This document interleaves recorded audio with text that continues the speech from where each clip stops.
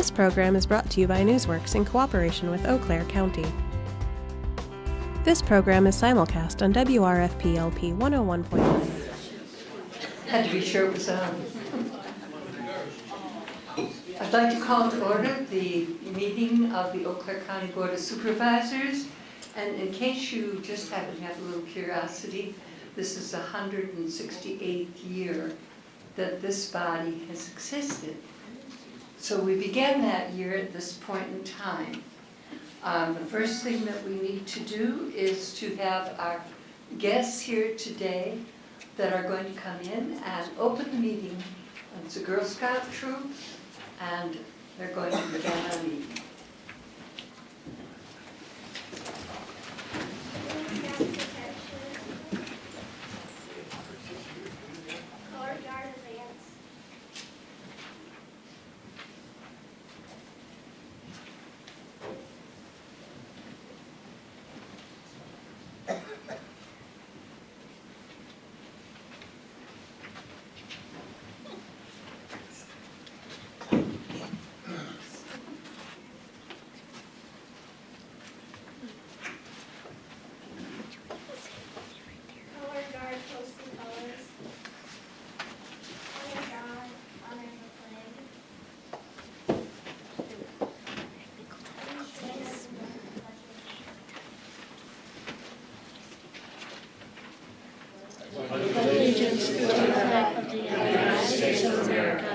And to the republic for which it stands, one nation, under God, indivisible, with liberty and justice for all. Now we have a moment of reflection by Supervisor Kevin Stelgis. Thank you. So the last time we met, we said goodbye to a number of board members here, and I think a lot of them shared with us some of their reflections as to why they were leaving us, or some of their memories and serving the board. Tonight, I think, sort of marks the beginning for a lot of people. Actually, it's a new term for all of us.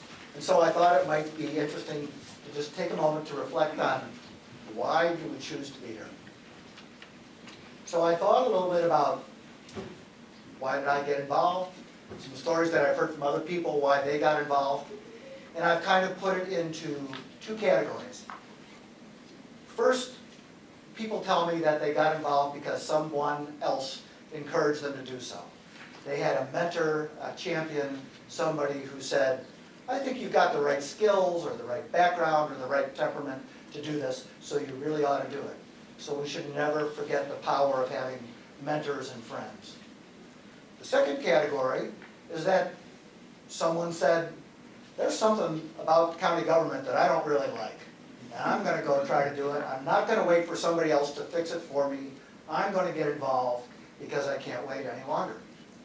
And, you know, sometimes it's the combination of both of those things that drive us to serve.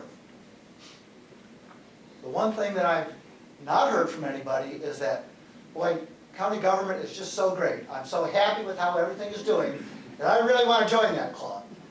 Never heard that from anybody. So I guess as we reflect why we joined, I would say try to remember, be true to your passions, why you joined, and stick with that as you go through. And one other thing that I wanted to reflect on, particularly for new people as I try to reflect on what I've learned, is as you come in here, you come in with expectations about what county government is like, what certain departments and people are like, and you should expect that you're going to change some of those opinions. I know personally I came in with a lot of opinions that have subsequently been changed. You're going to grow a lot, and just remember that everybody here, no matter what their background, what their opinion, is all trying to do what they believe is best for the county.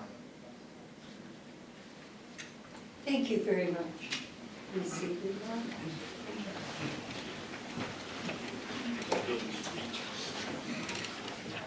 The certificate of election is in front of you along with your oath of office. And would you please do so? To the Honorable Eau Claire County Board of Supervisors, I, Janet K. Loomis, County Clerk for the County of Eau Claire, State of Wisconsin, do hereby certify that at a spring election held on the 3rd day of April 2018, the following persons were, by the greatest number of votes, duly elected to the office of County Board of Supervisors for the districts herein stated for the term of 2 years commencing on the 17th day of April 2018, as appears from the certificate of the County Board of Canvassers in file in my office. District 1, Gary G. Gibson. District 2, Sandra McKinney. District 3, Joe Knight. District 4, Stella Pagonis. District 5, Carl Anton. District 6, Bert Moritz. District 7, Steve Chilson. District 8, Kevin Stelges. District 9, Donald E. Mowry. District 10, Nancy Coffey.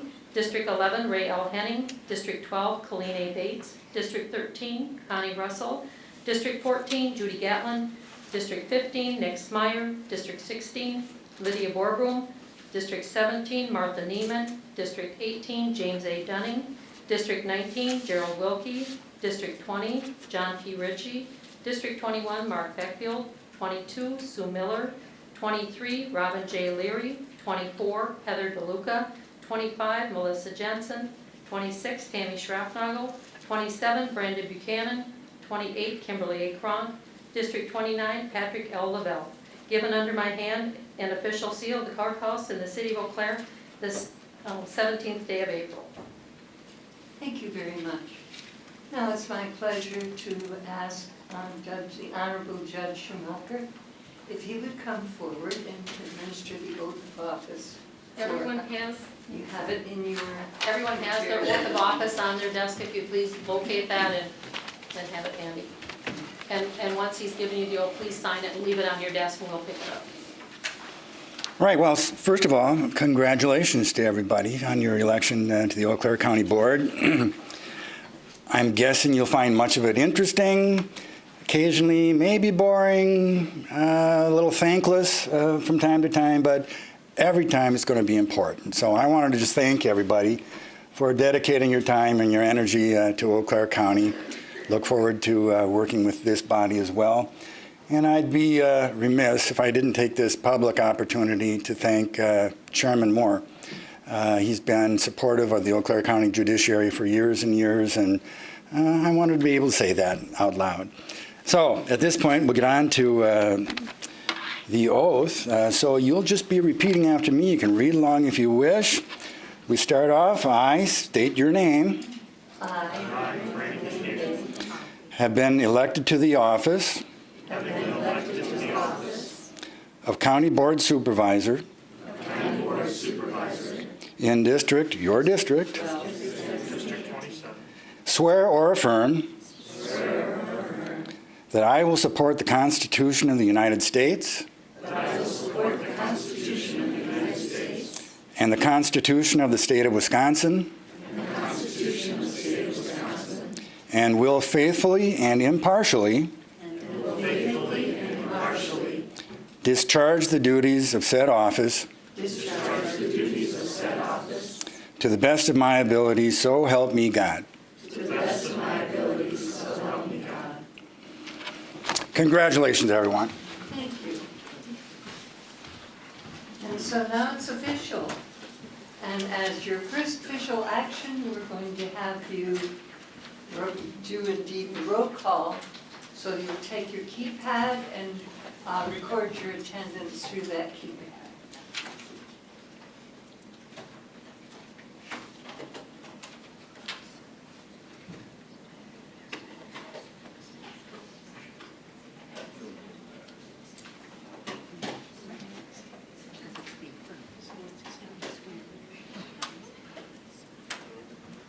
Nancy, are you able to? I don't know, it's not working. Oh, sorry. I do.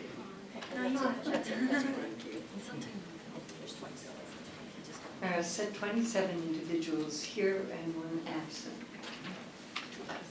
Two, excuse me. Somebody. Now the next responsibility of the board is actually to elect your officers. And so I would begin that process by opening nominations for the chair of this body. I recognize Supervisor Gibson.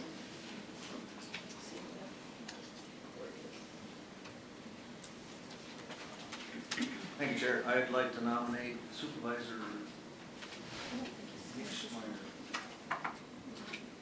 Are you not sitting in your usual He's okay, seat? he's okay. Yeah, I am. Thank you. Want me to say it again? Please. I'd like to nominate Supervisor Nixmeyer. Thank you. Are there any other nominations? Are there any other nominations? Is there, oh, excuse me, I'm thinking I'm still in committee. I guess I'm not looking for a second. Is there a second to that nomination? And I'm recognizing the second of Supervisor Robin Leary. And are there any other nominations? 3 times. Are there any other nominations? Are there any other nominations? Hearing none, I would look for a motion for unanimous consent.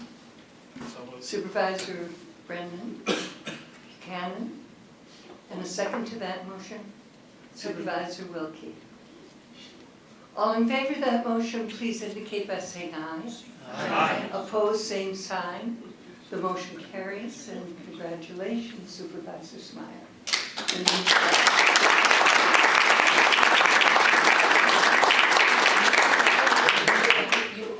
Your turn. You may want to leave the agenda here, please.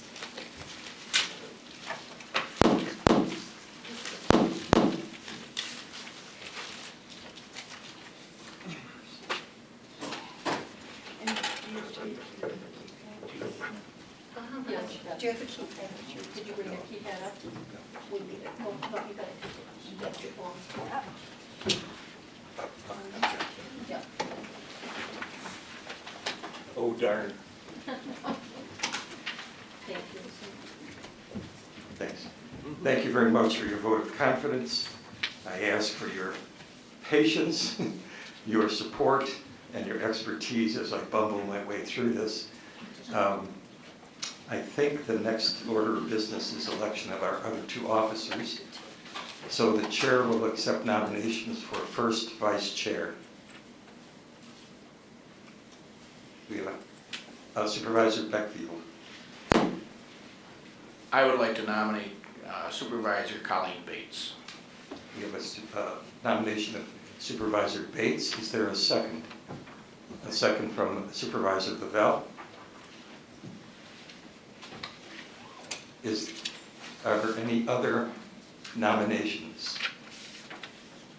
Are there any other nominations? Are there any other nominations? The chair looks for a motion to close nominations and elect by assent. Supervisor Crown, making the motion. Making the motion, you need a second. The second, Supervisor Stelzers. Okay, all those in favor of the motion to close nominations and elect Supervisor Bates by assent, please indicate by saying aye. Aye. Congratulations, Supervisor Bates.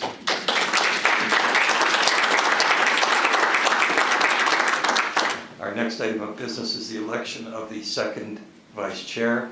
The chair will accept nominations for second vice chair. Supervisor Gibson. Thank you, Chair. I'd like to nominate Supervisor Steve Chilson. Okay, we have a nomination of Supervisor Chilson. Is there a second? We have a second.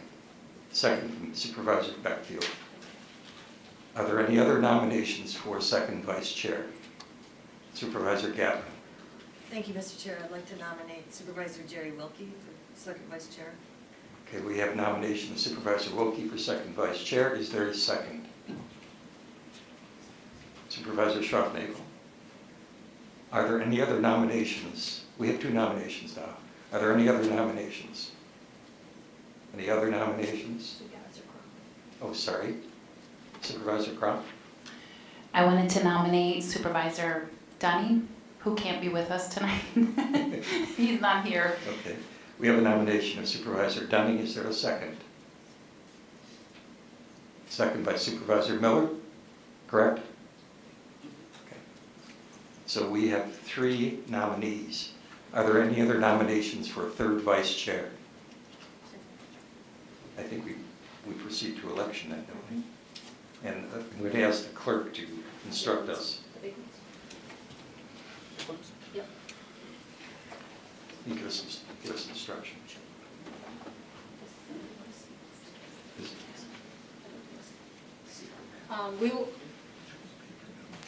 It will be a paper ballot. Your name is not on that ballot. Mr. Zeems will give them to the back row, I'll give them to the first 2 rows. When you're done, we'll just be putting them in a bucket and we'll be hand counting. So, Supervisor Buchanan? Is this just whoever gets the most votes will win, or will there be a runoff if no one gets a majority? They need a majority of the votes. We have 27 present, so that would be 14. Somebody will have to get 14 in order to win. And if not, to go with the 2. You'll just have to keep voting. Okay. It's like electing the Pope, we have to keep going.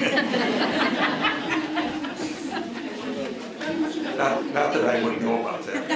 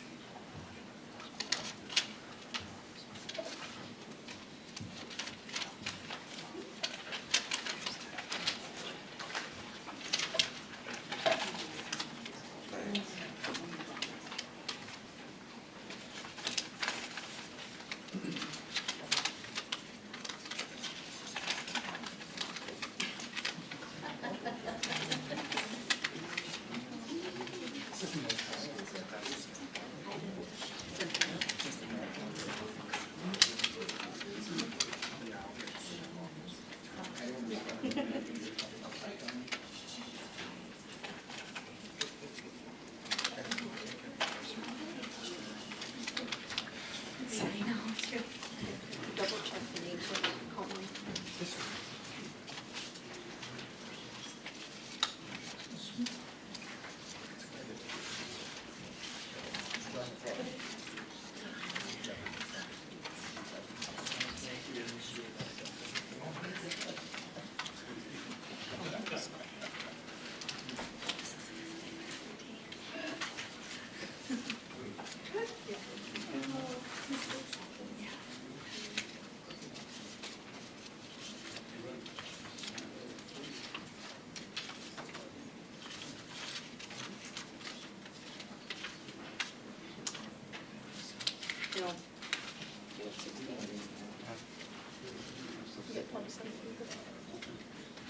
Is there someone that did not vote? Or did we miss somebody? I did vote. Oh, you got to vote, yeah. Either we can't come up or. Oh, oops. Yeah. Want to get in good with a new chair.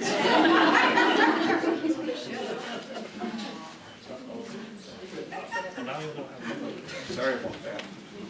I was told back row. Right, which is it?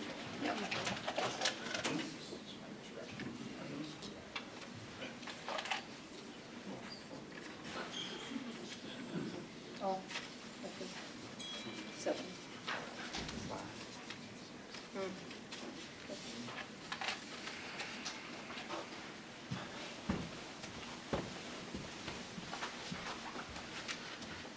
I'll ask the clerk to announce the result.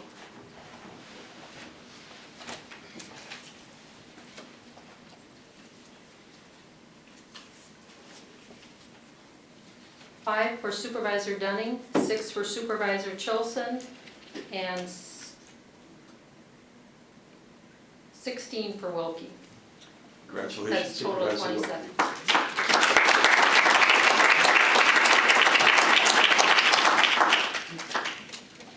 Wilkie. Okay.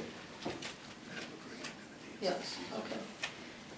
Okay, at this point, the much-awaited agenda item is the dance of the seats.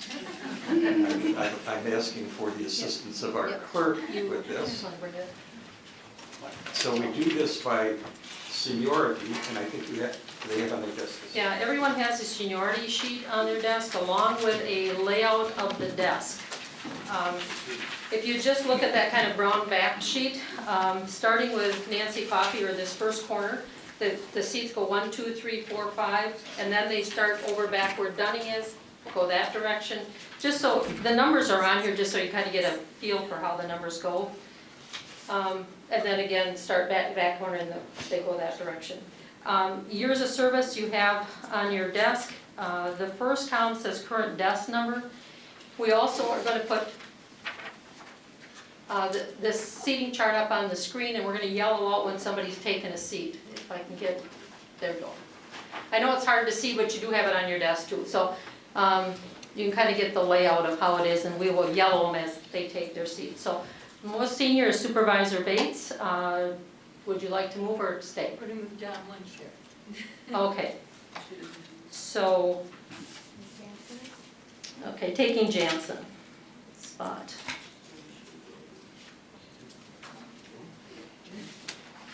Supervisor Wilkie. I'm fine. Supervisor Lavelle. I'm fine here. Supervisor Miller. I'm good right here. Supervisor Leary. I'm fine. Supervisor Henning. Is 24 still open? Correct. I'll stay where I'm at. You're gonna stay? Supervisor Gibson. I'm good. Supervisor Pagonis. I'm fine. Supervisor Schroffnagel. I'm happy here. Supervisor Dunning, I guess will stay just because we don't know anything different. Supervisor Chilson. Stay. Supervisor Smyer. I think I'll take this. Right now, Bacon. Supervisor Smyer is, 31. is in the corner. 28. So that would be available if somebody would want. Supervisor Stelgis. I'll stay. Supervisor Beckfield. I'll stay. Supervisor McKinney. I'm good. Supervisor Buchanan. I would like to move to number 19. Okay.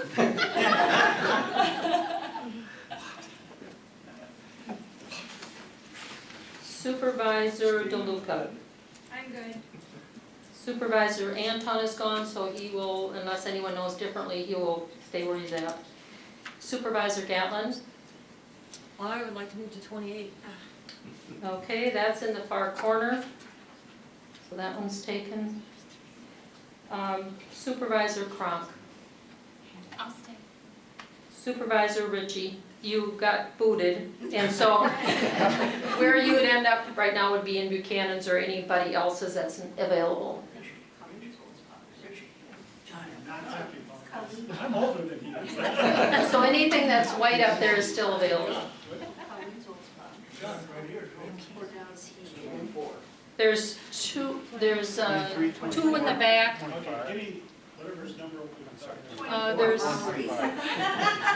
so by Supervisor Schroffnagel or Supervisor Lavelle, which one?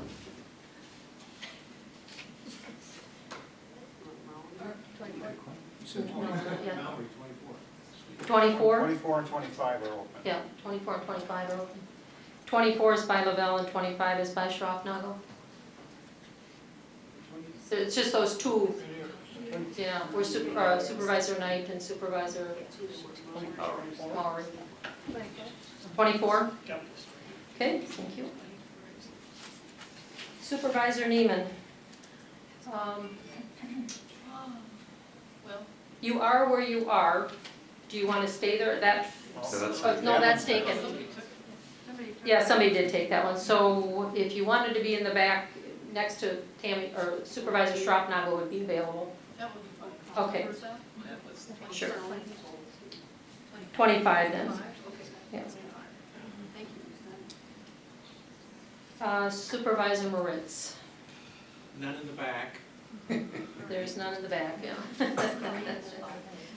3 be in the second row to the back. I'll stay where I am. Okay, thank you. Supervisor Coffey.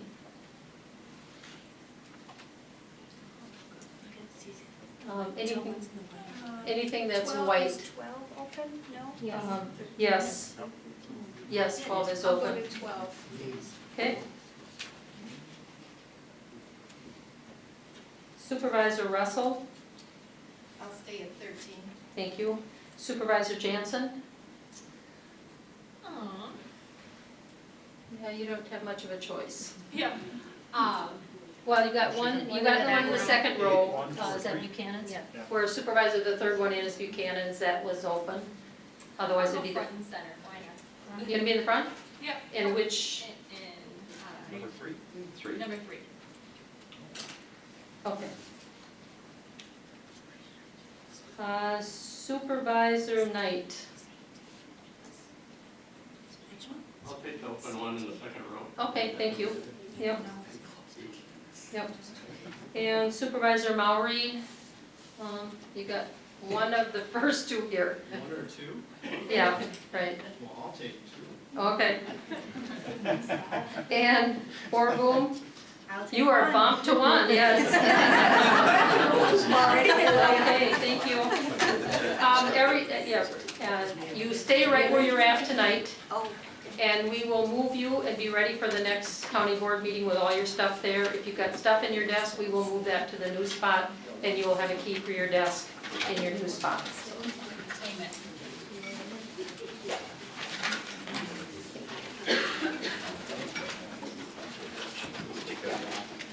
The next item on our agenda is adoption on the rules of order, chapter 2.04. You have, I think you have received a copy of the rule, of the set of rules. A motion is in order to approve. Supervisor Bates. Sorry, I'm getting used to it. Go ahead. And a second, I would move that we adopt the rules of order. Okay, we have a motion to adopt the rule. Is there a second? Supervisor Leary? Oh, okay, thank you. All right. So we have a motion for approval of the rule and a second. Is there any further discussion? Any changes, amendments? Hearing none, we'll proceed to the vote. Are we using the machine? Okay. Please take your keypads and indicate your vote on the motion to approve the rule, Rules of Order, Chapter 2.04.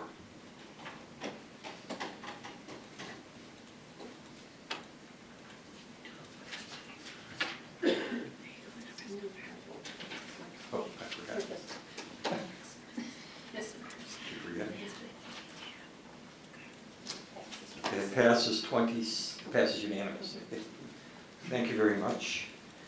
Next item on our agenda is approval of the Journal of Proceedings of April 4th, 2018. Is there a motion? A motion from Supervisor Miller and a second from Supervisor Henning. Any further discussion? I see none. Yes. We'll do this by voice vote. All those in favor of approval of the Journal of Proceedings of April the 4th, please indicate by saying aye. Aye. Any opposed by nay? It is unanimous. Thank you. Next item on our agenda is public comment. I don't think we have it. I'm sorry, we do have someone. Oh, okay. Fred Poss is here with us this evening. A familiar face. That might be trouble. Chairman Smyer, Administrator Schaaf, members of the county board, ladies and gentlemen. My name is Fred Poss, and I'm here to speak very briefly on behalf of Lake Eau Claire, its district, and our Lake Association, a private organization that raises funds. On behalf of Marla Orth and myself, we would like to welcome the newly elected members of the board. I see a couple familiar faces, Joe Knight, Bert Moritz.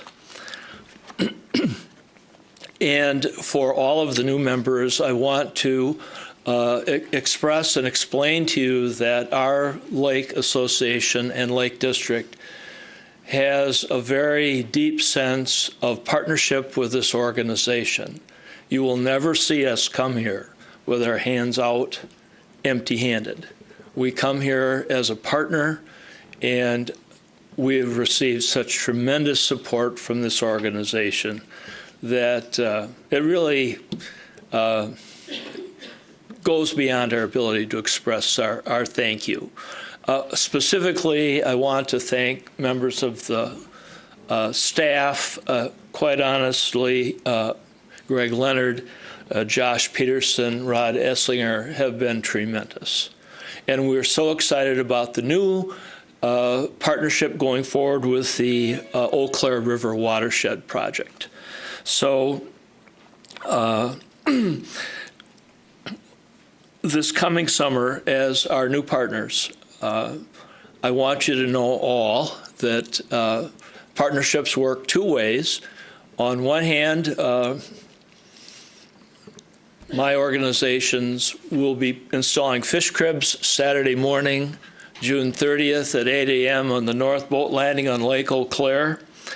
And I'm proud to tell you that Lake Wissota, its leadership, and the leadership of Lake Altoona, I've invited them, worked with them, and they are now going to be coming. I've written a fish crib manual. They're going to follow that, and we're going to start expanding this fish population effort to 2 new lakes that will enhance the conservation and recreation of this area.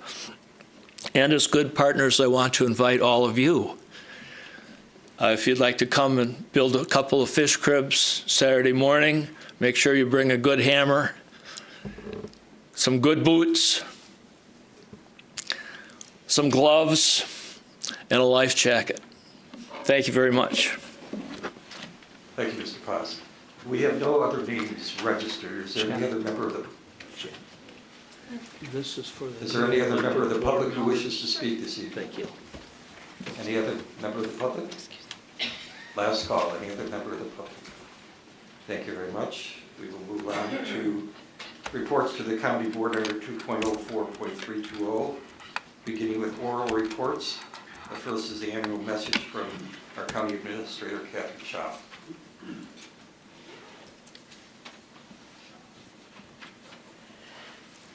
There we go. Good evening, and thank you for taking some time this evening to recap with me 2017. What I'm going to do tonight is go through some of the accomplishments of 2017 and highlight also the work that is still needing to be done in Eau Claire County. Very briefly, and many of you have already heard this, but county government is an organization that provides service on behalf of the state of Wisconsin as well as the local unit of government, of which you are the elected body. The mission you can read for yourself, and the numbers that you see there are the numbers from the 2017 budget that show what our mill rate was as compared to other counties across the state of Wisconsin. And as you'll see, the mill rate for Eau Claire County is significantly lower than other counties. We provide services in 7 different areas, the general headings of which are on the screen. And when we go through the accomplishments, rather than going department by department, we'll go by those functional areas of service and the areas in which we actually provide that service. An annual budget snapshot is on the screen, and we have the prior year, 2016, and then our 2018 budget, so you can see 2017 in comparison to those 2 years. You will note that we see over time what one would expect, slight increase year over year as we continue to provide services to the citizens of Eau Claire.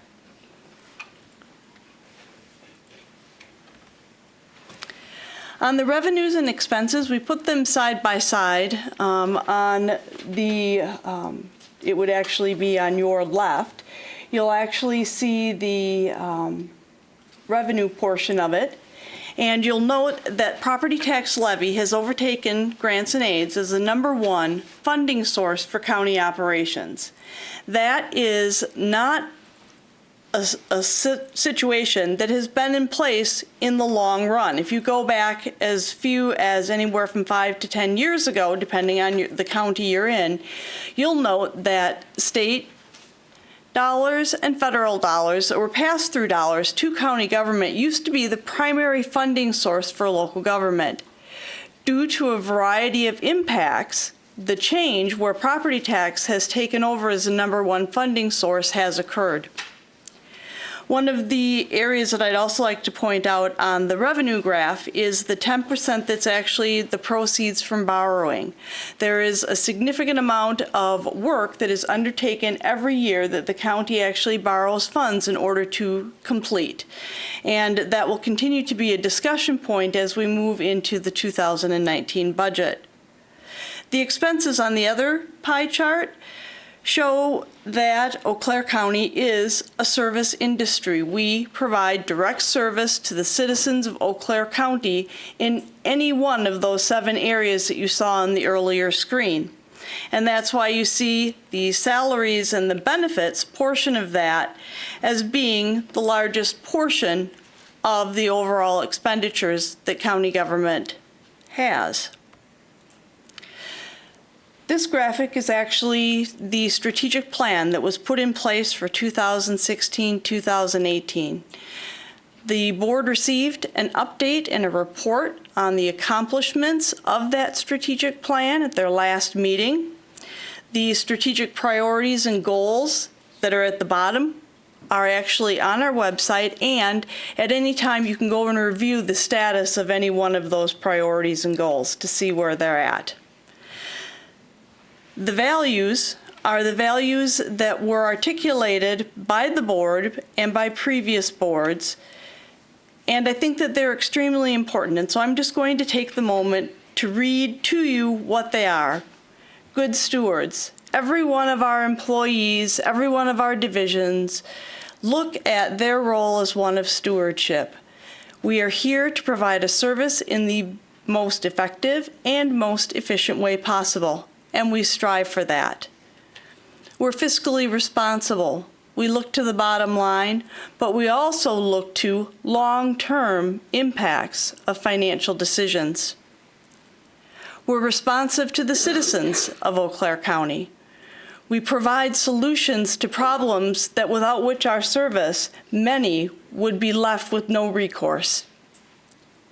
We are open and accountable. One of the things that you will see is that we are opening up new ways to communicate not only with our board members, but also the constituency as we increase the amount of information that we make available on our website. And we are innovative.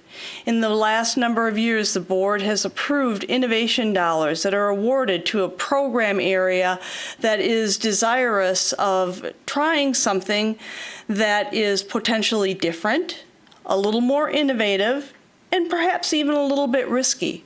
We've had a number of folks that have applied for those dollars and done some things, and you'll actually see as we go through the highlights of 2017 that there are some of those innovative ideas that have proved to be very beneficial to county government. So for the highlights, we'll start with health and social services. A number of years ago, Eau Claire County began the Comprehensive Community Services Program in Human Services. That program, in order to be fully operational, takes anywhere from 3 to 5 years, and we're approaching year 3 right now, or right in the midst of year 3, and we're starting to see significant returns on the investment that Eau Claire County has made. When we get to looking ahead, we'll talk a little bit about some of the investment that was made into 2018 so that we can begin putting in place a mental health facility on site so that we can actually expand the ability of that program to provide service in a meaningful way. When we look at our 2017 budget, one of the areas that we know we're struggling in is with placements in mental health. And that budget line item ran over by around $2.4 million, and that is because of the significant increase in need within this county for that service. And so that's an area where our team is focused on providing alternative services to actually placing citizens in that high-cost care. Stepping Up is another one of the initiatives that deals with mental health issues, not only in the community, but also in the jail. And year over year, we have made application to have social workers work directly with our jail population so that as they transition back into the community, we can give them the services they need to make that transition a successful one, so that they do not become inmates or visitors in our jail once again. And that is an initiative that will continue. Human Services is continuing to develop their new model that focuses on behavioral health services. Again, a very important need in our community, and one that it takes years to actually develop. We already spoke about the comprehensive community services. Our veteran service actually began the use of a new van. They take our veterans to their appointments in Minneapolis, and they are continuing that work to even expand the services beyond. And our public health department that we share with the City of Eau Claire achieved a major accomplishment. They received national accreditation. That is a seal of approval of the highest mark that can be attained by a public health agency, and one that I know from experience takes a great deal of work and analysis. There are professionals from all over that come and input into it and actually review the processes and the protocols. And so for Leeske and her team, that is a significant accomplishment in 2017. In transportation and public works, you'll also see that we have a lot of things to talk about.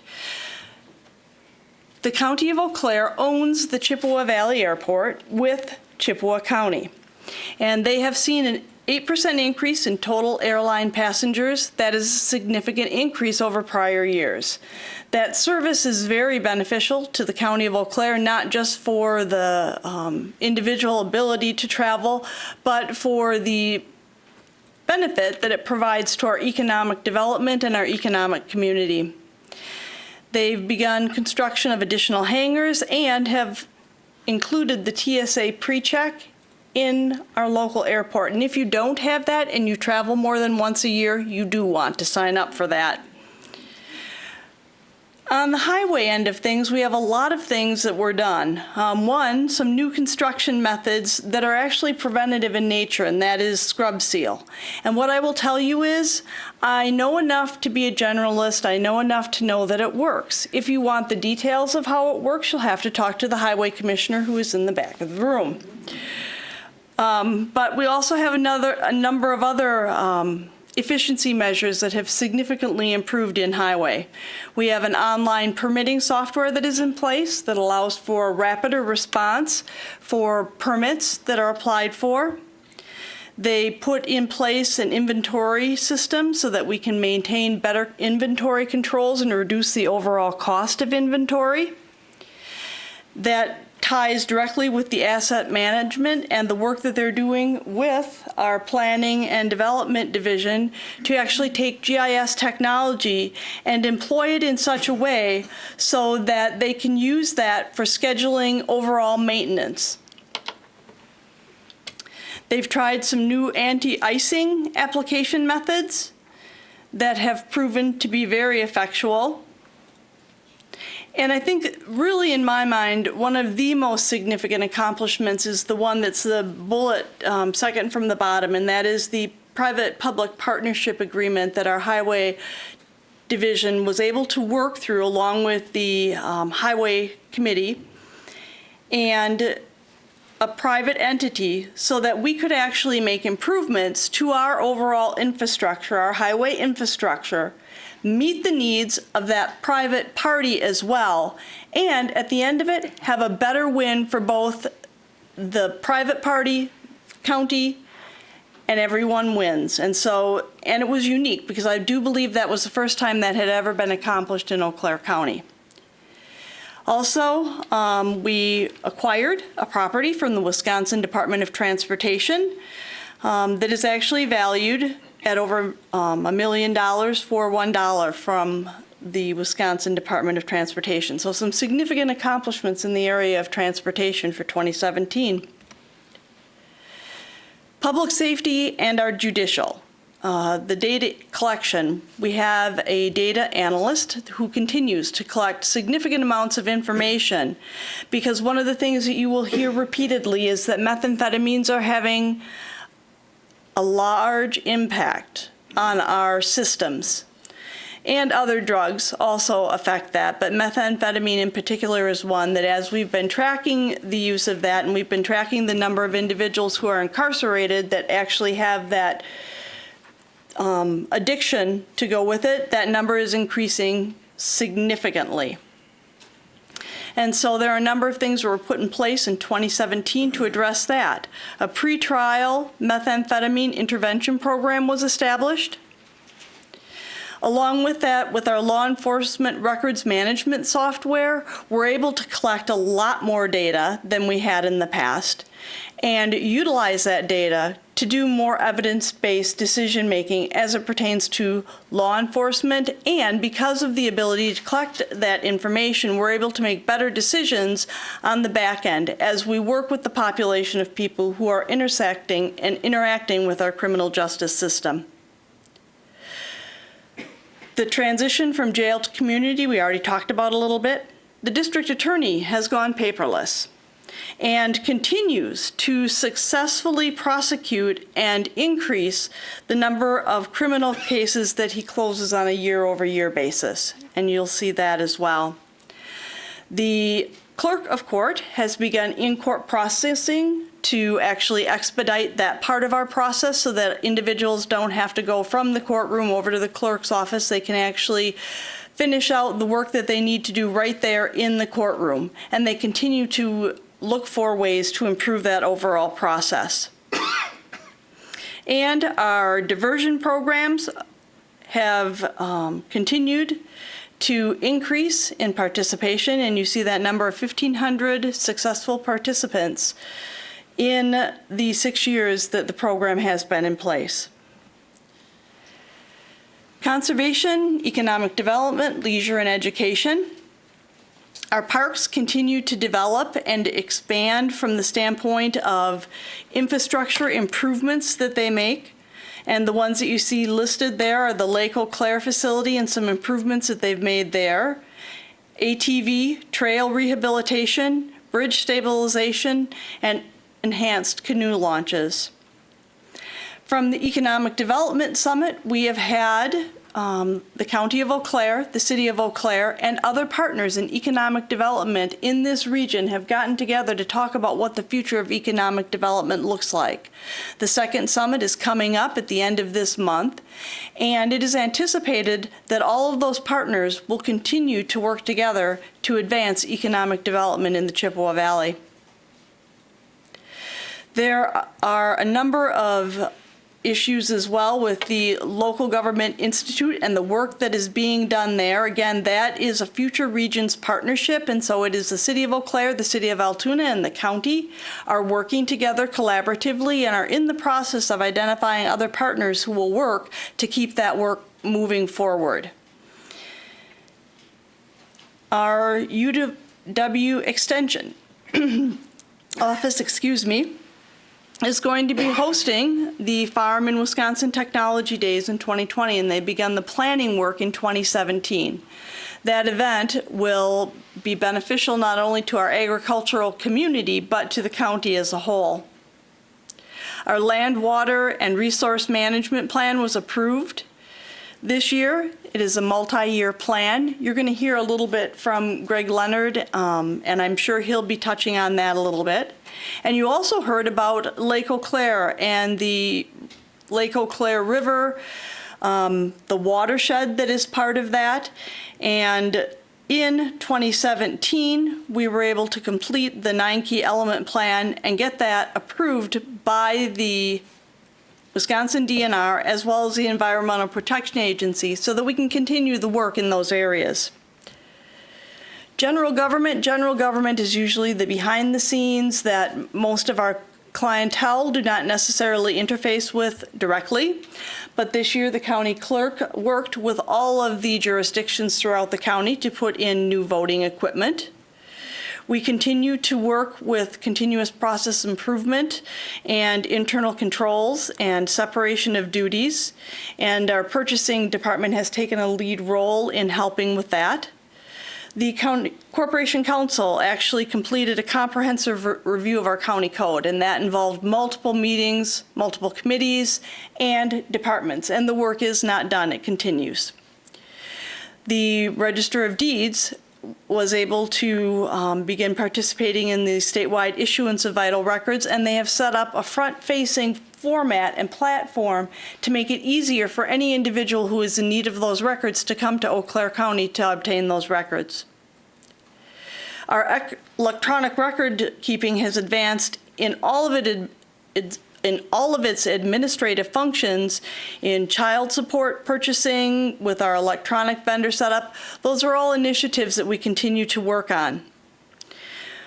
Our Human Resources has adopted a 6-pronged strategy to address recruitment and retention, and they have taken an innovative approach to recruitment that is different from the way in which county government typically goes to recruit for various positions. And I think that the model of how well that has worked is actually in our jail and the work that we've done with the jail in obtaining correctional officers and actually not only getting enough to fill the positions that we currently have, but also to create wait lists. The Laserfish expansion that you see is actually the backbone of what is needed to create the digital records, and it's one part of creating digital records and having a county that operates with digital records. The master property plan was completed in 2017. That's a plan that we will use to actually inform our capital project plan. And they implemented a computerized work order system. And so one of the things that I think you'll see as we move forward is that all of our areas are being responsive to the types of things that affect the way that we serve. And the way that we refer to those are steep. And those steep trends can be internal, they may be external, they're categorized by the categories that you see. And every time we put together a budget or every time we do our annual report, we're taking the time to actually analyze the macro and micro environment within which we operate to see where our opportunities for improvement lie. And I think that as you begin working on your oversight committees, you will actually begin to see this in action more and more. As we look ahead, we do have some areas of challenge. We're looking at being able to maintain and improve our overall infrastructure. That means that we have to find long-term sustainable solutions for our capital improvement planning and the funding of that capital planning. And primarily, right now, much of our funding comes from the use of debt. And so that will be something that, as the Finance and Budget Committee continues with looking at the budget for 2019, we will look at what types of opportunities there are for funding. We have increased usage of high-cost care in the area of human services, again, with mental health and with the placements for children. And different programming is being contemplated that will actually deal with those areas that will provide better outcomes and, at some point, hopefully at a lower cost. Our criminal justice system, whether it be jail housing, alternative programming, continues to be stretched to the very limits because of the increases that we're seeing in different types of drug use. And we continue to have the challenge of making sure that we are compensating our workforce effectively and appropriately, because the market data and the rate at which the market within the Chippewa Valley is changing has changed the way that county governments need to look at the ways in which they compensate employees. So that is going to be an area of challenge as we move forward. We have a lot of different collaborations and partnerships and groups that we work with. Some of them are listed. And if at any time you have an interest in exploring what some of those are, we can actually provide you with more information on that. You'll actually begin to see what some of those are through the various committee assignments. And as you take on committee roles that take you outside of those areas that are germane only to county government and are where we participate with others. As we continue to look ahead, we have some legislative changes that we as a county are going to need to deal with in 2018. One of which is the closure of Lincoln Hills and how Eau Claire County will respond. And that is dealing with our juvenile population and how we provide services to that population, and whether or not we as a county want to participate in what the state is offering to expand that programming. We also have to deal with some issues of a loss of local control that continues and what that might look like for some of the legislation that the county has already passed. We talked a little bit about our infrastructure needs and how we need to keep looking at that and investing in that. Along with that, we continue to look for ways to use a virtual workspace and flexible options for our employees so they can be where they need to be, when they need to be, and not necessarily grounded in this building. And improving online access so that at some point, if you as a customer are looking for a service from the county, if you can do it right from home, without having to come in, the more that we can do that and make interacting with county government easier, the more we will do that. The other thing and the last thing I'd like to talk about just briefly is disruptive technologies. Eau Claire County is partnering with other counties around the state of Wisconsin to look at developing those disruptive technologies. And when you think of disruptive technologies, it's not quite as egregious as the wording may sound. Email is an example of a disruptive technology. It changed the way we do business. And at the rate at which many of these technologies are evolving and becoming applicable to what we do, we as county government are taking a step to be part of that conversation and to be part of crafting solutions that make sense for county government. And we do not know at this point what opportunities lie there, but we are pursuing them.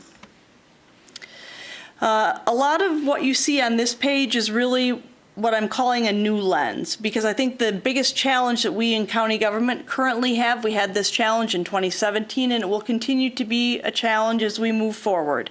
And that challenge is, how do we meet the needs of tomorrow with limited resources? And so it really requires that we look at things through a new lens. And I think you can see from the highlights of 2017 that the various committees, commissions, boards, along with staff have done exactly that in 2017.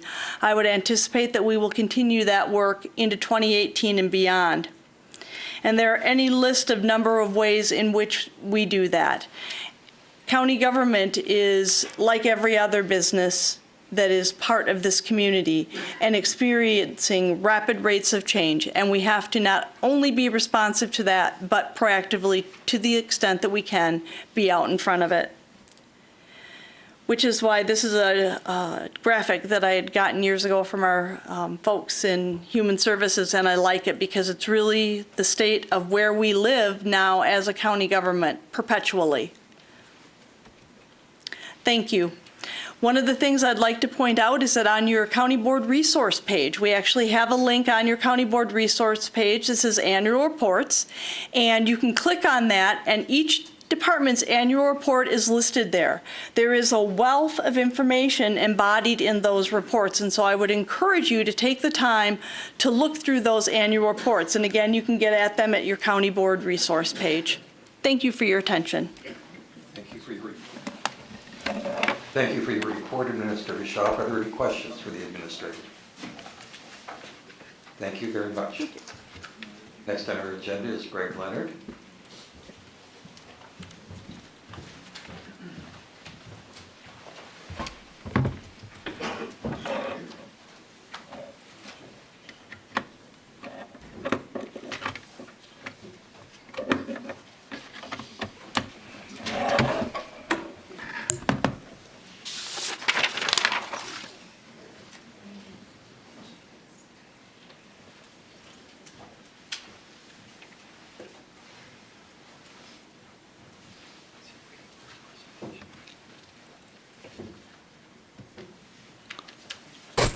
I have to apologize.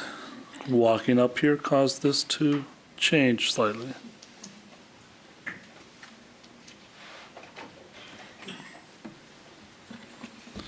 First off, thank you for this opportunity to be in front of you this evening. I've also asked Dan Zer from UW Extension. He'll be joining me here in a little bit. My name is Greg Leonard. I'm the Land Conservation Manager here with Eau Claire County. And what I want to do is just present that Soil and Water Stewardship Week is coming up April 29th through May 6th. Soil and Water Stewardship Week has been celebrated annually since 1955. It is celebrated the last Sunday of April until the first Sunday of May annually. It is one of the world's longest running conservation-related observations. But what is soil and water stewardship? So what is soil? We'll start with that. It's a mixture of organic matter, minerals, gases, liquids, and organisms that support life. It supports all of our lives. It is more than just the dry earth. The dry earth makes up about 1/4 of the earth because 3/4 is covered by water. But of that dry earth, about 1/2 of it is underneath our polar ice caps or up on the high mountains. What's left, about 3/4 of that, is too hot, too cold, too wet, too dry, or just too shallow soils to actually support life. This leaves about 3% of the earth actually capable to supply our food, our clothing, and our shelter. So what is water? We all know what water is. It covers nearly 3/4 of the Earth's surface. But water is only 25% of this water is actually fresh water. And most of that is actually captured within the ice and within groundwater. The majority of the fresh water, though, is what we need to sustain our life here on Earth. And what stewardship? That was already addressed a little bit earlier tonight. Stewardship is an ethic of responsible planning and management of our resources. And this can be applied to the environment and to nature. This is a very important thing for us for soil and water management, as we've learned that there's very limited soil and water available to us. This year's theme for Soil and Water Stewardship Week is watersheds. Our water, our home. We've heard a lot about the Eau Claire River watershed, but who knows exactly what a watershed is? Some people sometimes hear this term and are a little confused. Watershed is an area of land that feeds all the water running under it and draining off of it into a body of water. Another term could be a river basin. The Mississippi River is a large river basin or watershed, and Eau Claire County resides within the Mississippi River Basin. But we're also in a sub-watershed of the Mississippi Basin, the Chippewa River Basin. The Chippewa River feeds into the Mississippi, and all of Eau Claire County drains into the Chippewa River. But we also have a smaller area known as the Eau Claire River. The Eau Claire River watershed is all the land that drains into the Eau Claire River. This is, again, another sub-watershed of each of the larger watersheds. Over the past year, you may have heard a lot about the Eau Claire River watershed. It covers the eastern portion of Eau Claire County, the southwestern portion of Clark County, a little bit of Jackson County, and parts of Chippewa and Taylor County. Our office, along with all the partners listed on here, developed an EPA-approved 9-key element plan, as you heard earlier tonight. That plan was approved just last year by the DNR and the EPA. The 9-key element plan itself does not provide any funding, but it offers us opportunities to collaborate with all of our partners to pursue future funding opportunities. Last week and yesterday, West Central Regional Planning Commission, our office, Eau Claire County Land Conservation, and Clark County Land Conservation submitted many innovative grants that went into both the EPA and the Department of Natural Resources. Those four grant proposals were a result of the collaboration of all the partners that you see here. These grant proposals are a strategic enhancement for our future soil and water conservation and stewardship efforts. Our funding request this last week was just a little bit over $1.5 million for the Eau Claire River Watershed Project. I wanted you to meet my staff. We have a small office, as you can see. This is our staff, but they are more than enthusiastic to help with the protection of our soil and water resources. And we are now on Facebook. We've been on Facebook for approximately 10 days. Please like us. And also now, Dan Zerwood, would you like to take over? Thanks, Greg. Hi, everybody. As Greg said, I'm a natural resource educator with UW Extension, or the Extension badge. I'm not a county employee, so you guys don't pay me. I'm a statewide specialist with UW Extension, regional natural resource educator based in Eau Claire. My office is actually on UW Eau Claire's campus, and I cover about 6 or 7 counties in this area. And Greg asked me to kind of come in and do a little water quality talking to you. I know you've been sitting for a long time. I'll try to keep this brief, but I am a water quality geek, so I might get carried away. I don't know if you need to do a little chair stretch or something, or throw some cold water in your face or in your neighbor's face or something. But it's kind of hard to see this map, but what you're looking at is a map of from DNR's surface water data viewer of the impaired waters within Eau Claire County. So all those red things are impaired waters within the state. Those are waters that are not meeting state water quality standards within Eau Claire County. I don't know if, yeah, you can't see the mouse. Maybe I'll just point to some here. The longest one that you can see right there is Otter Creek.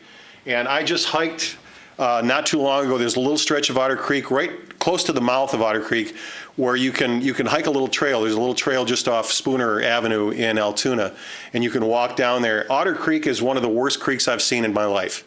It's in horrible shape. It's got a petroleum sheen on it. There are 25, 30-foot banks of erosion in that stretch of Otter Creek. The water quality is terrible. It's very much full of sediment. And whenever you see that big plume of sediment coming into the Chippewa River from the Eau Claire River, most of that is coming out of Otter Creek, because what's coming off the dam in Lake Altoona is it's clean water off the top of the dam. So a lot of what you're seeing when that plume comes into the Chippewa is coming from Otter Creek. Otter Creek is in very bad shape. And a lot of these other creeks are as well. And there's supposed to be a color difference. There's 2 new for the 2018 list. DNR updates this list every 2 years. There's 2 new creeks on here. Beaver Creek, which is right there, is proposed to be listed this year, and the North Fork of the Eau Claire right there is proposed to be listed this year as well. So those are 2 new additions. So this is just giving you an idea of surface water quality issues within the county. And water quality trends statewide. Concentrations of total phosphorus and total suspended solids have decreased in most rivers over the last several decades. In contrast, concentrations of chloride and nitrate have increased in most rivers in the state. The largest reductions in total phosphorus are occurring in the southern part of the state. Many of the rivers with large phosphorus reductions also had large suspended solids reductions, which is good, but I can tell you that in this part of the state, that has not been the trend. Phosphorus is still, and that's what all those impairments are that you were seeing on that map. Most of those creeks and lakes are impaired because of phosphorus. Phosphorus is the principal nutrient that the algae need, and that's why we get algae blooms. We've got so much phosphorus in our rivers. And the last sentence of that, this is from Wisconsin's 2016 Water Quality Report to Congress. Nitrate concentrations increased in most rivers in agriculture basins in Wisconsin in the last few years. Nitrate concentrations are getting to be a problem. And nitrate, unlike phosphorus, nitrate moves fairly easily from groundwater to surface water. So if you have high nitrate concentrations in surface water, that's going to find its way into your well, into your groundwater, and vice versa. If your groundwater is getting contaminated with a lot of nitrate levels, that nitrate's going to find its way to the surface water. So as you see nitrate levels rising in surface water and well water, that makes sense because they kind of share nitrates. And this is, I guess that's coming through pretty well. This is a map from my colleague Kevin Masaryk over at Stevens Point showing this is a voluntary system. These are people who sign up to report their water quality in their well. So this is not comprehensive. This is just people who sign up to be part of this well testing program. So this is nitrate within private wells. And you can't read these numbers very well, but 5 to 10 is where you start to get a little, 5 to 10 parts per million is where you start to get a little dangerous. Anything over 10 parts per million you shouldn't be drinking. And you can see that there's not a whole lot of blue and green in some parts of the state. And you can see that Eau Claire County, basically right here, we've got some issues with nitrate in groundwater in wells too. So definitely a problem to be addressed. The Eau Claire River Implementation Project, the 9 key element plan that's been mentioned several times, I just wanted to talk a little bit about that. There's an implementation team in place that's working on that, working on putting that plan into place. You heard a lot about the plans that was approved last year. And the team, the implementation team, I facilitate that group. It's my honor to get to help those folks figure out, all of us figure out how we're going to implement that plan. And the group came up with a statement of identity and purpose. The Eau Claire River Watershed Implementation Team is a diverse partnership committed to protecting and improving soil and water quality. Such improvements will be achieved through data collection, education, cooperation, and civic engagement of watershed stakeholders. You guys are all watershed stakeholders. You all live in this county. Everybody's in a watershed, right? Greg was talking about that. We all live upstream from somebody, and we all live downstream from somebody. I don't know if you know who Wendell Berry is, the great author Wendell Berry. He's got a great quote. He says, "Do unto others downstream as you would have those upstream do unto you." So a little something to remember when you're realizing that you live in a watershed. And these are some of the members of the team, the Land Conservation Department in Eau Claire County, as well as Clark, Taylor, Chippewa, and Jackson counties. And I'll just kind of say this, that Greg in Eau Claire County and Jim Arch over in Clark County are kind of the leaders of that bunch. They're doing a really great job and have done some wonderful things with that group. The Lake Altoona District, the Lake Eau Claire District, Fred spoke a little bit earlier. Lake Eau Claire is doing wonderful things. There's a great level of cooperation between all the members in this partnership. The Mead Lake District, they haven't been to a few meetings in a few months, but we're hoping to get them back. That Mead Lake is out in Clark County. DNR, of course, is part of that partnership. The National Natural Resource Conservation Service, federal agency that does a lot of conservation work on farms, is part of that partnership. The West Central Regional Planning Commission extension, yay!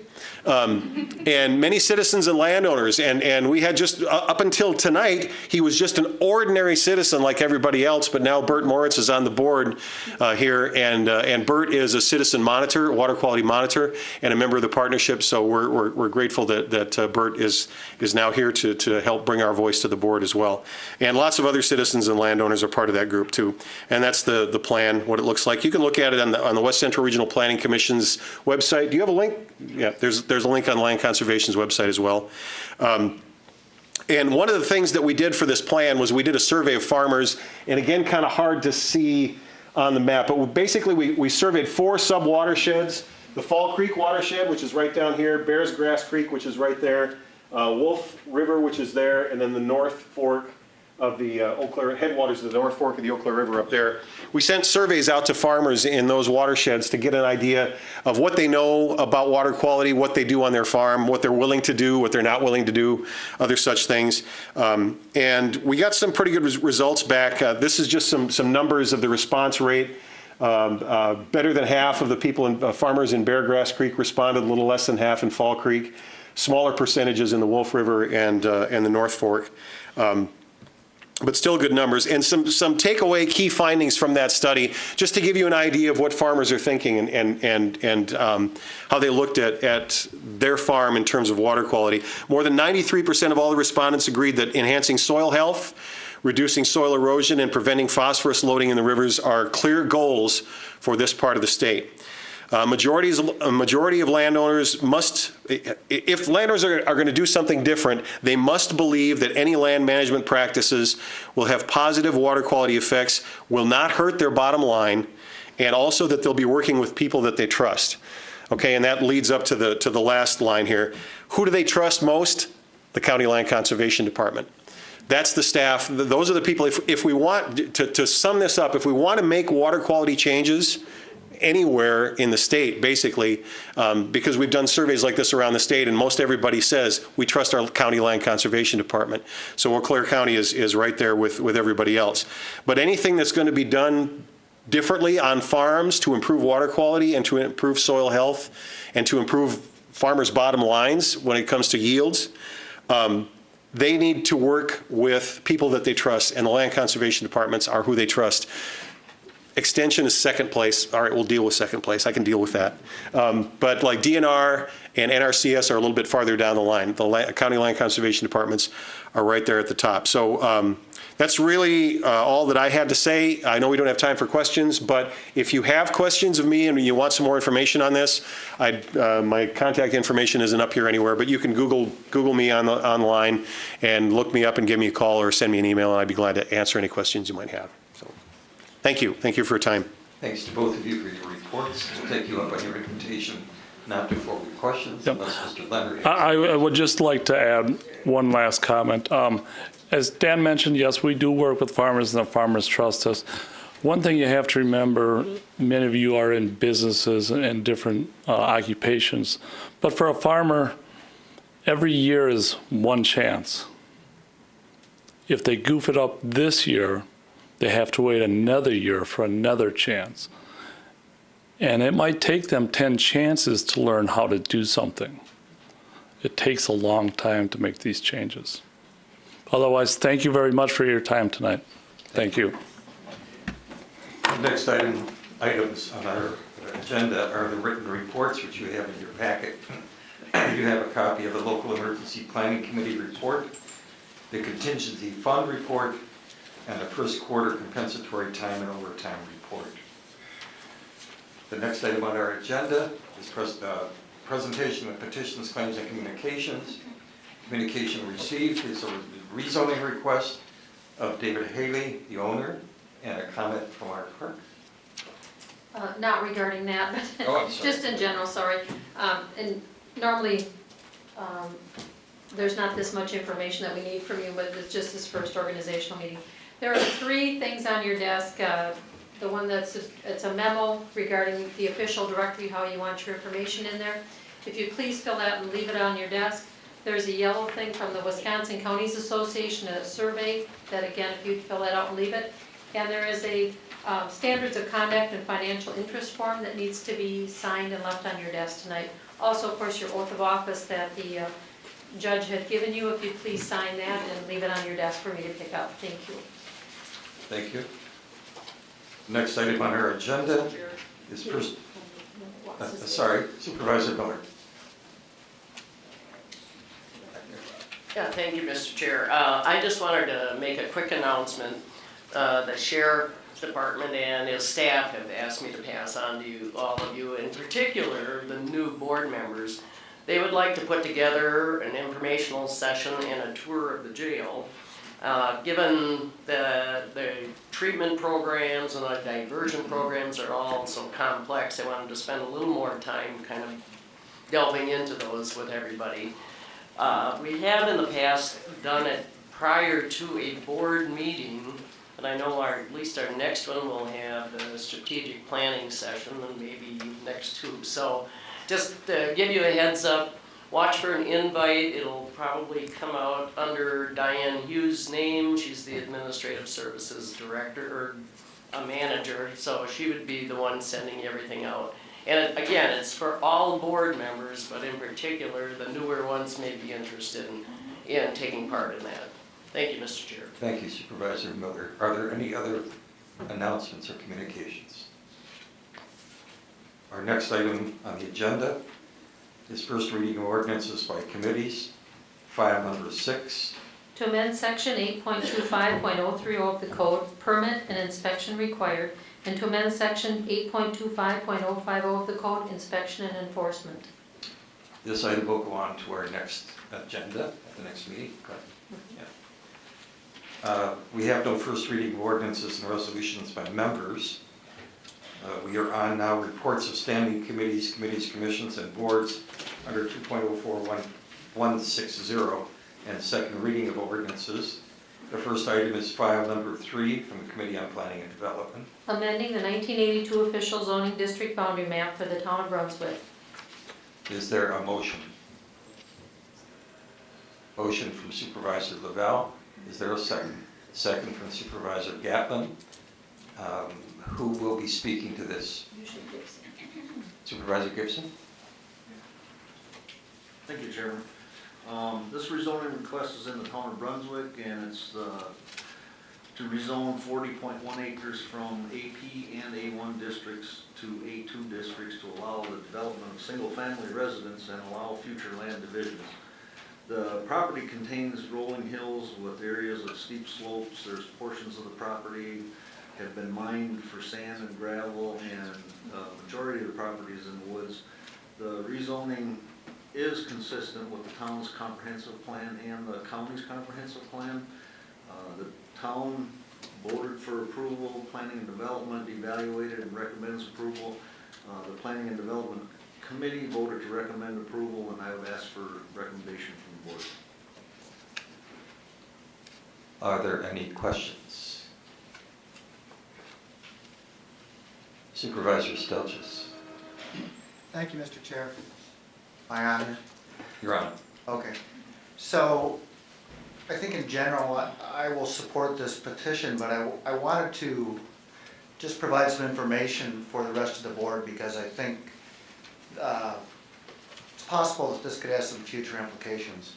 So this land, for those of you who are familiar with the Chippewa River Bike Trail down that goes south of Eau Claire, down along Highway 85, if you were riding down there on Highway 85, there's a wayside there where people stop, and it's right along the river there, and there's a restroom there, and if you look over to your left from that site, you will see these gravel pits, and that's really the property that we're talking about down here. But there's actually two pieces to that. Cooley Lake, which if you go to page 36 in your packet, you'll see the drawing there. Page 30, Cooley Lake is actually a natural oxbow off of the Chippewa River. And the land that they're requesting to rezone is some land that is adjacent to that. It's been private right now, and so this is not going to change any private-public partnership. However, in the last year, this parcel was owned by someone previously who had approached a number of conservation organizations and ultimately the county to acquire this property as part of perhaps future public land. And you'll also notice that the Chippewa Bike Trail goes through between some ponds north of that. This rezoning request does not ask to change that, so I think that still stays open, that potentially this land might at some point in time be very valuable for some public recreation, because it kind of represents a node along the bike trail that already exists with that Highway 85 rest stop. I notice also the rezoning spans some of the water in Cooley Lake. It's not really clear to me why we need to rezone the water. However, there is no public access to this water unless you came up the creek that you see to the northwest. And if you approach up through the creek from the Chippewa River, which is just off the map, you could get into this, although you'd get get pretty muddy because it's kind of mucky and whatnot down in there. So I would just alert people to the fact that this was, county was approached to acquire this. We advised people that we would be cheap and we would work slow, and that was enough to discourage the sellers, and they sold it to someone else who has subsequently split this off and is selling this parcel to someone to develop. So keep this on your radar for the future. Thank you. Thank you. Supervisor DeLuca. Thank you. In the findings, one of the things they mentioned against was the fact that this will not have to come back in front of the public if they decide to do more divisions of the land. Is that correct? I have no idea. Yeah, I think so. All right. Supervisor Gibson, yep. Yeah, I can vote.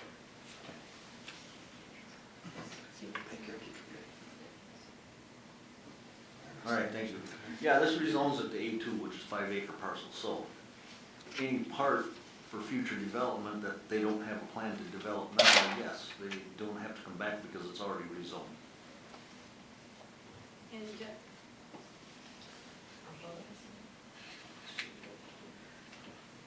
And does the rezoning, the minimal lot size will still stay at 5 acres? It won't go any less, is that correct? A2 is 5 acres. All right, thank you. Supervisor Stelzis. Just to add on that, I had a similar concern and question, but I personally walked on this property when we were looking at it on behalf of the county. I think it'd be really hard pressed to put more than one home or two in there. There's quite a bank that goes down into some lowlands that are adjacent to the water, so I'm not concerned that that's going to get developed with a high density of houses in there. Thank you. Any further comment or question? Seeing none, I assume you're prepared to vote. Please take your keypads and vote on file number 3, amending the 1982 official zoning district boundary map for the town of Brunswick. No.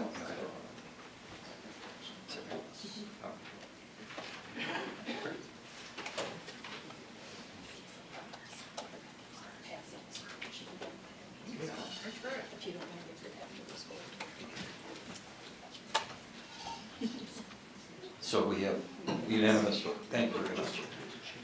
The clerk has a comment for you. I'm sorry, but I got one more thing. I'm going to be passing around a slip that's, if you'd like to sign up to do the moment of reflection at any of the county board meetings, you're not signing up for a particular date, just to say that you want to do it for a moment of reflection. And administration will let you know if you're on the agenda before the meeting. So Okay, now consistent with the confusion of the new chair, I refer you to your amendments, the addendum, and under section number 13, file number 7. This ordinance makes changes to the Eau Claire County Code in the Human Resource section. And this will be referred to the next meeting of the county board. The next item on our agenda is a report from the Committee on Finance and Budget, file number 10, which is authorizing payment of vouchers over $10,000 issued. I don't think we ordinarily do a presentation on it, just a motion and second. We have a motion regarding the payment of vouchers. Motion from Supervisor Buchanan, second from Supervisor Bates. Any question or discussion regarding this item? Okay. Please take your pads and vote on authorizing payment of vouchers over $10,000.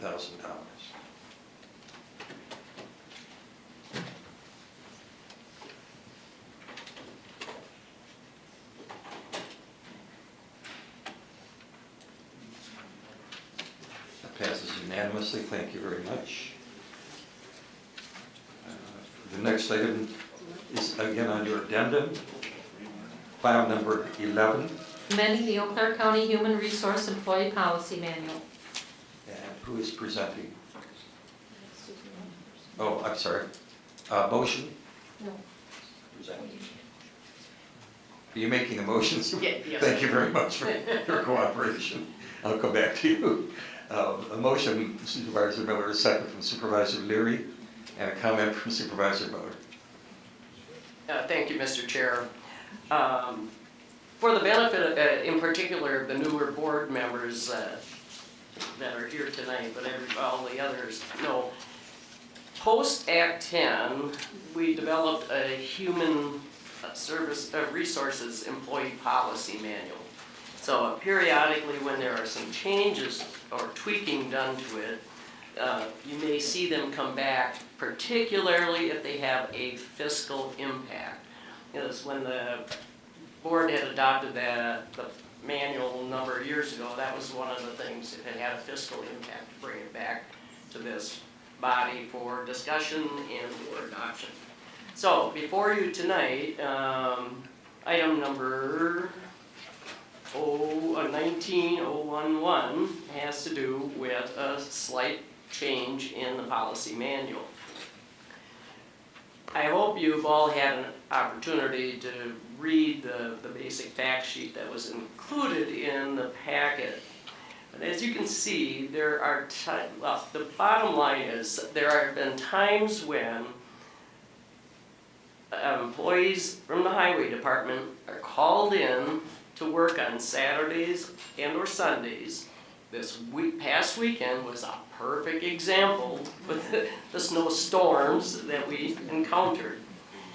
And traditionally, if they hadn't worked a full 40-hour week, that call-in time is not overtime on a Saturday.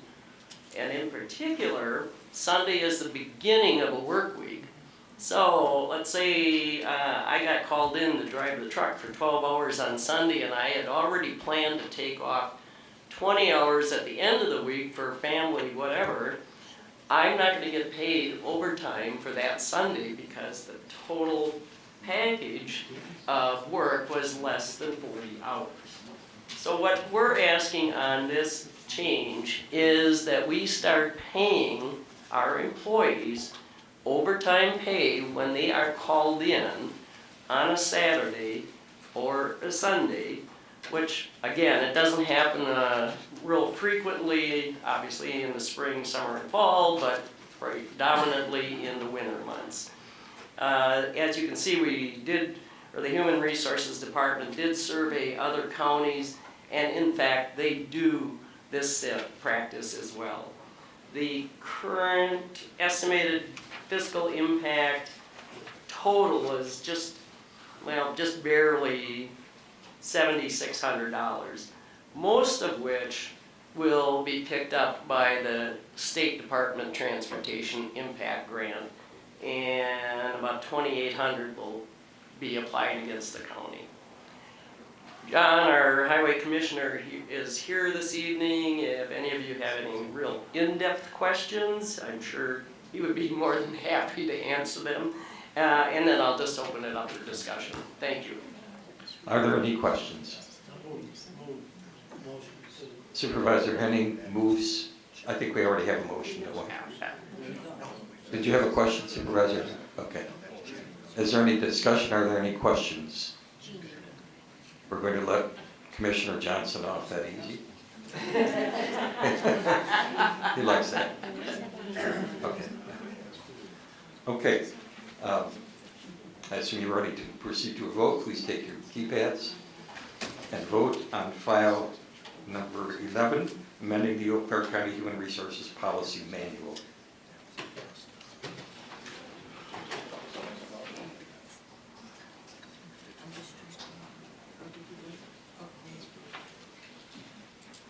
That vote is unanimous. Thank you very much. That brings us to the end of our agenda. And thank you for your patience with the new chair. We are adjourned.